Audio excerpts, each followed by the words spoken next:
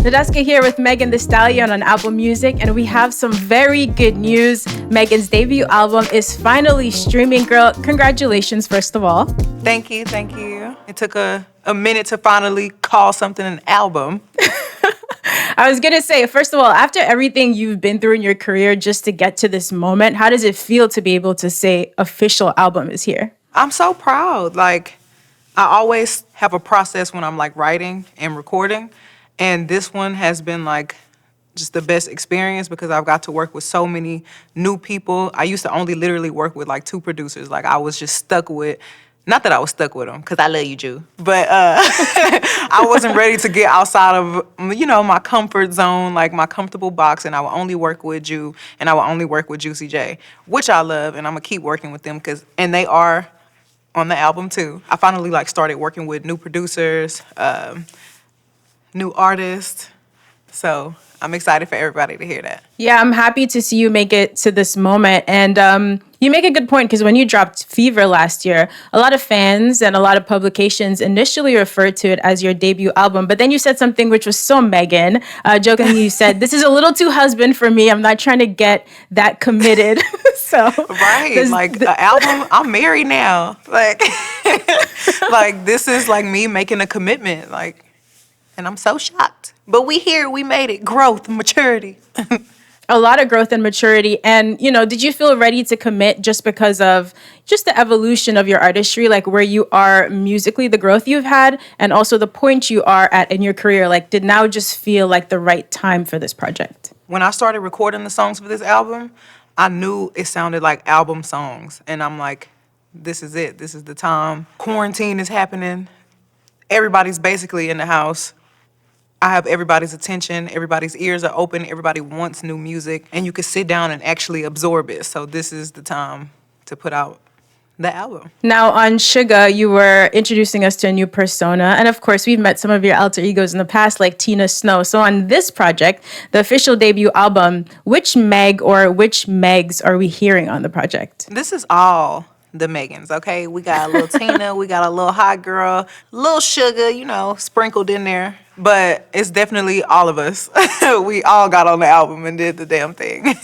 Freestyling is really how you made a big name for yourself, which is something that's so amazing. So what was your process of getting together and writing? Prior to this, you said that you can't really work in a hectic, crowded studio. You like to go in with just the engineer and maybe one more person. So was it the same this time around? Like, how did you actually start putting it together? The exact same. I write like my best in the shower, at home, in the bed, driving. So like this album, it's not really different than a lot of like my other projects creative wise. I still don't like a lot of noise in the studio. I still don't like a lot of people in there. This is not a party.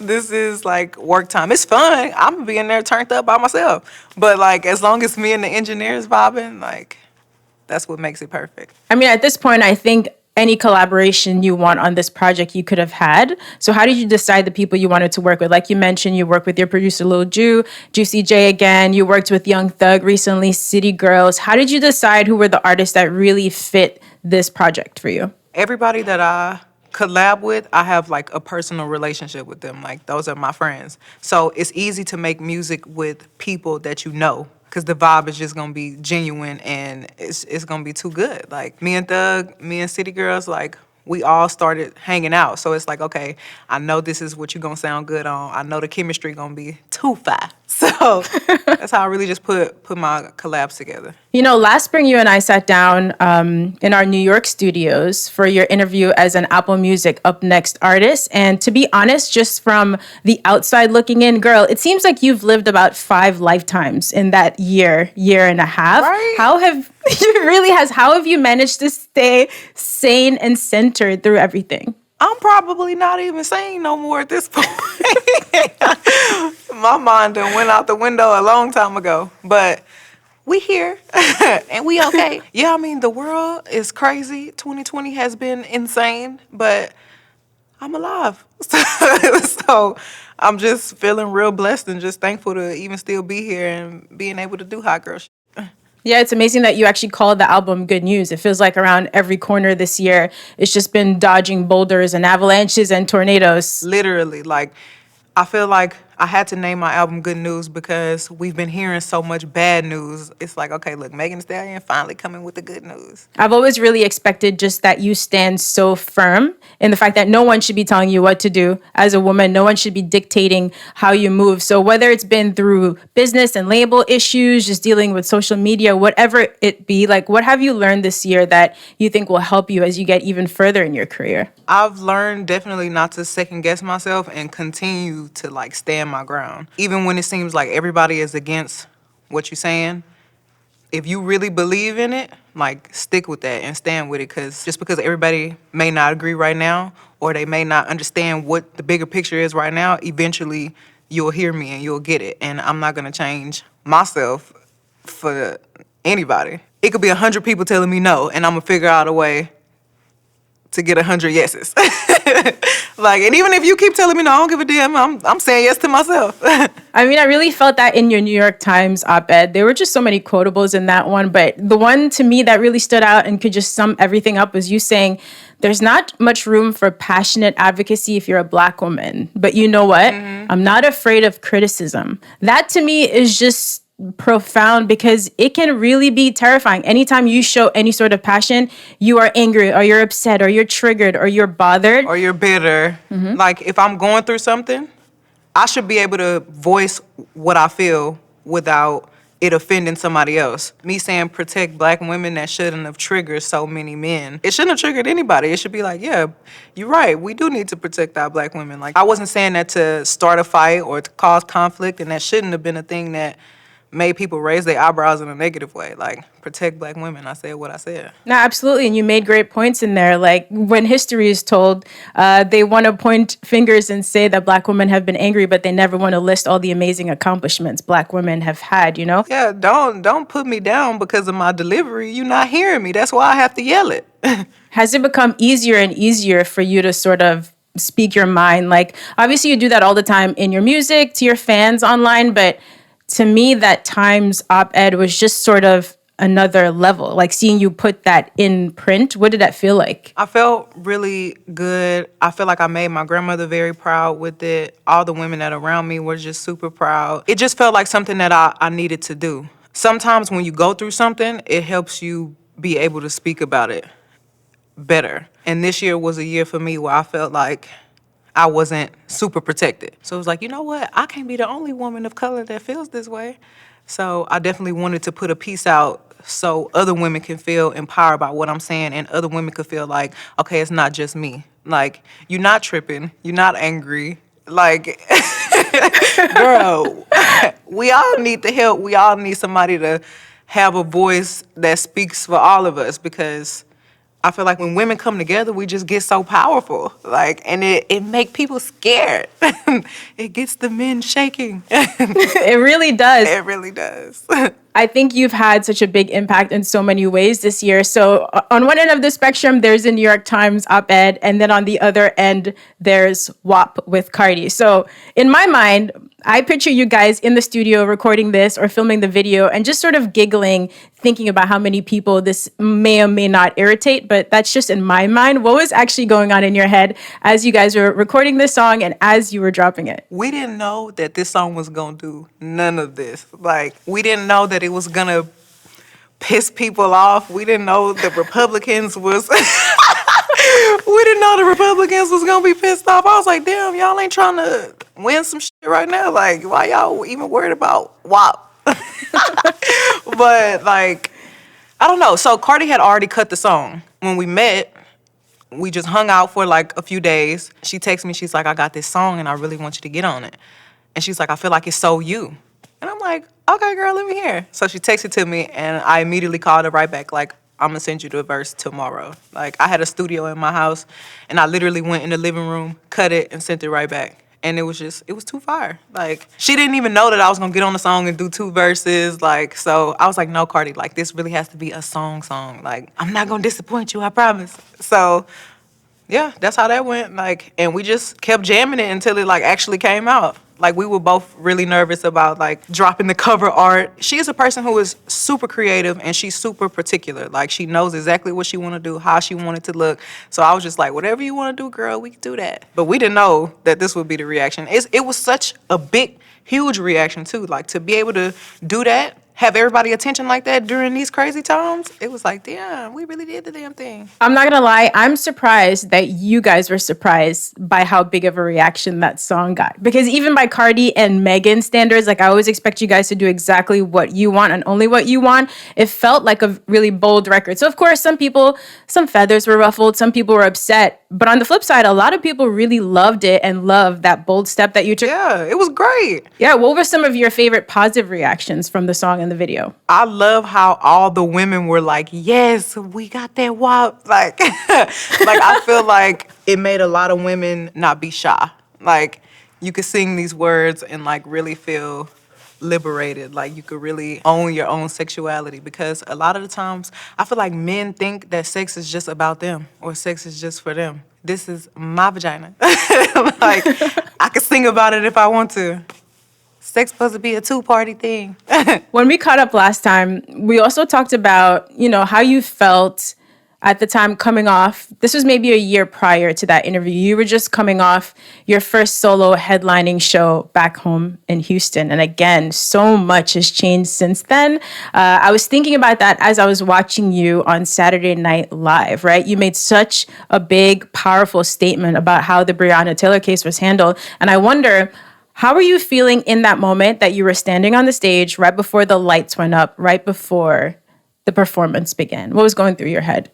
That I couldn't wait to say what I had to say. I felt like that was a thing that publicly needed to be said. And when I got the opportunity to perform on Saturday Night Live, it was like, no, we have to talk about this, because I don't feel like enough people are talking about it and worried about it. Like, this is a thing that needs to be handled. So let me put it in everybody's face so we all could just talk about this. Like, and I feel like Jaquel just brought the creative to life. Like, he always knows exactly what I want to do, and then he just turns it into like this whole moment. So I don't know. I just felt like, okay, I have a voice and I'm gonna use it, and this is the platform that I'm gonna use it on. So I hope everybody receives my message in whatever way they gonna take it, but I'm gonna say it. How does it feel for you, or has it been easy stepping into that role of, I guess, advocacy, you could say, or does it feel natural to you? It feels pretty natural, because it's not something I wake up and I'm like, okay, team, what are we gonna do today? Like, it's like Put on your cape. No, it's like, it's supernatural. I have a voice. I'm gonna use it. Music has always been like such a big influence in my life, and some of my favorite artists I would look up to, and I know that it's kids that look up to their favorite artists and they mimic what their favorite artist is doing. Like, music really plays a big part in people's lives, especially when you're growing up.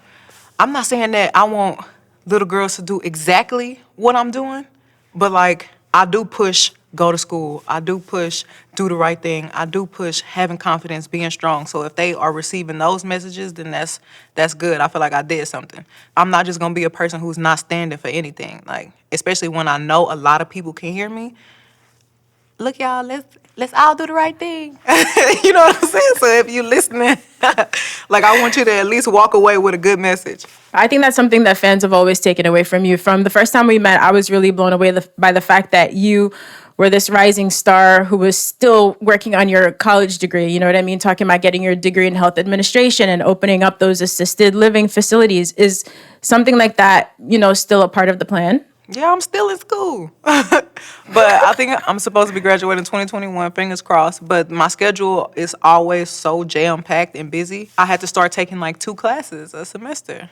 But whatever, we still doing it. I'm still pushing, because I'm going to get that damn degree. Never doubted you for a second. I just want to know when you find some Megan time. This is what I'm always concerned of. When do you find time to just relax and chill and sleep and make sure you're eating good and make sure you're taking care of you? There's like maybe a 30-minute period of the day. No, I'm just kidding. But one thing about me, I'm going to go to sleep. So, I try to squeeze a nap in when I can. Sometimes I, fall into this space where if I'm, super anxious or I'm super, something crazy just happened to me, I get into a space where I want to work. So I let everybody fill up my schedule so I could just keep going, so I can keep my mind busy, so I won't get in a dark space. So a lot of times I be forgetting to take a nap, or I might forget to eat sometimes. Sometimes. Sometimes. But sometimes I forget to eat. But I don't know. I like to work and I like to stay busy. So I feel like Megan time is all the time. Making time is all the time. Yeah. Like working is Megan time. What has been your favorite moment of the year so far? There have been so many big moments, from collaborating with Beyonce. You just cleaned up at the BET Awards. You had a great performance at the BET Awards. Where do you even begin? Well, we're gonna begin with that Beyonce collab. That was that was like the highlight for me. I was like, Beyonce. Like I couldn't believe it. My eyes got so big because I had a feeling she was gonna do it, and they told me she wanted to do it, and I was like, shut up. Like Beyonce want to get on my song. Like, and that is something that I always said. Like every time somebody would ask me, "Who is your dream collab? Who do you want to collab with?" I'm like, Beyonce. So when it finally happened, I called my grandma. I was crying. She was like, "What's wrong?" I was like, "I got a song with Beyonce." Like she started crying. It was a whole big old thing. But that was like that was one of my favorite moments of 2020. It seems like you're just speaking everything into existence. Just watching you flourish, even outside of music, is really inspiring. I know you've always been a big fan of anime. Yes. This isn't exactly anime, but also seeing you cosplaying Melina in Mortal Kombat as you're reintroducing her to the game. What was that like? Because you said you wanted to voice an anime character until someone came to you with that. You'll keep playing it out in your videos, but this very much feels like a big leap in that direction. It is. Everybody knows Melina is like my favorite character to play with on Mortal Kombat. So I don't even know what I said, but one day I was like, damn, I want to be in the game so bad.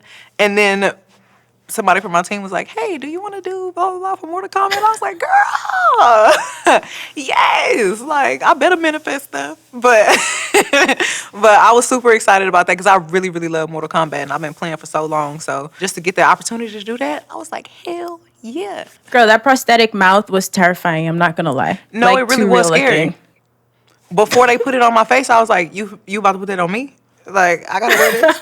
Again, I'm so excited for you that this project is finally out. It also seems like, look, we're still a little bit locked down. I know people can't move around the world as they would love to right now. I'm sure you'd love to go out and perform these records, but at the very least, it also seems like you're having a lot of fun with the videos. Don't Stop with Young Thug, the Alice in Wonderland themes. How do you even come up with this stuff? It seems like you just have an imagination that's always running wild. I do have a super crazy imagination, and I love like dark movies. Like my favorite genre is horror. Like mystical looking movies too. Fantasy. Alice in Wonderland and Edward Scissorhands is like two of my favorite movies. So I was like, how can I be Alice but make it hot girl? So like I told the director what I want. I told Colin what I wanted, and he literally brought the whole world together. I text Thug and I'm like, hey, would you be cool with being Edward Scissorhands? Like, I didn't know if he would do it, but he did, and he was like so fun about it. So that's how that came together. I just like scary movies. That imagination. I know music is the focus right now, but do you ever see a day where you're full on acting? Like, would you star in a full out Halloween film? Yeah. Like, I could see myself being in a scary movie, but I would be the homegirl that got to dip out early because y'all not killing me. I'm one of them. That would actually be funny. Yeah, I think Black people have been waiting for that storyline where, now we're not really going to go hide in the shed behind the machete. That's really not the move right now. That's Would not love the to see that. vibes. Like, the thing is, Black people, if we see some scary we gone right then. Like, I'm not about to go investigate what the noise was. I'm not falling down. Like, I'm getting out of there before the scary music come on. Like, I'm out. Yo, Megan, I'm looking forward to it. It's just exciting watching all of the things that you're juggling right now. Congratulations again on this project, Megan Thee Stallion. Her official debut album, Good News, is streaming right now on Apple Music.